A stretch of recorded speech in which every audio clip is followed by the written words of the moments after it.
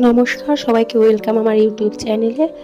তো সবাই কেমন আছেন? আশা করছি যে যেখানে আছেন সুস্থ আছেন, ভালো আছেন। সবার সুস্থতাই কামনা করি। আজকে আমি বানাবো লোটে মাছের চপ। তো তার জন্য আমি মাছগুলোকে প্রথমে ভালো করে ধুয়ে রেখে দিয়েছি। আর আমি এখানে নিয়েছি মাছ অর্ধেক করে কেটে রেখেছিলাম, তো সেটাই নিয়েছি। আপনারা চাইলে গোটা মাছটা দিয়ে করতে পারবেন, আরও ভালো লাগবে। আর আমি এখানে নিয়েছি বেসন, লবণ, হলুদ, কালো জিরা, পেঁয়াজ কুচি, লঙ্কা কুচি, ধনেপাতা কুচি, টমেটো কুচি, আর নিয়েছি একটু গোলমরিচ গুঁড়ো আর লঙ্কার গুঁড়ো। তো এবার সব কিছুকে ভালো করে জল দিয়ে, অল্প অল্প জল দিয়ে মাখিয়ে নেবো আমি। নেওয়ার পর মাছগুলোকে এর মধ্যে মেখে থালায় সুন্দর করে সাজিয়ে রেখে দেবো। আমার ভিডিও আপনাদের কেমন লাগছে অবশ্যই একটা কমেন্ট করে জানাবেন, আর ভালো লাগলে লাইক করে দেবেন। আর যদি চ্যানেলে নতুন হয়ে থাকেন সাবস্ক্রাইব করে পাশে থাকবেন।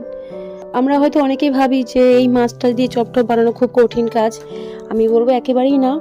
আপনারা কিন্তু লোটে মাছের চপ যদি বানান একেবারেই কম সময়ে বানিয়ে ফেলতে পারবেন। আমি রেফার করব যদি গরম ভাতের সাথে হয় খুবই ভালো হয়। আর সন্ধ্যেবেলাও আপনি এটা খেতে পারেন গরম গরম ভেজে চায়ের সাথে। অবশ্যই ট্রাই করুন লোটে মাছের চপ, আশা করছি সবারই খুব ভালো লাগবে। আর যদি ভালো লেগে থাকে একটু কমেন্ট করে জানাবেন। তো এরপর আমি এখানে কড়াইতে দিয়ে দেবো একটু রিফাইন তেল। আর মাছের পরিমাণ যদি বেশি হয় সেই পরিমাণ তেল দেবেন। একটু ডুবো ডুবো তেলে ভাজলে মাছটা ভালো হবে।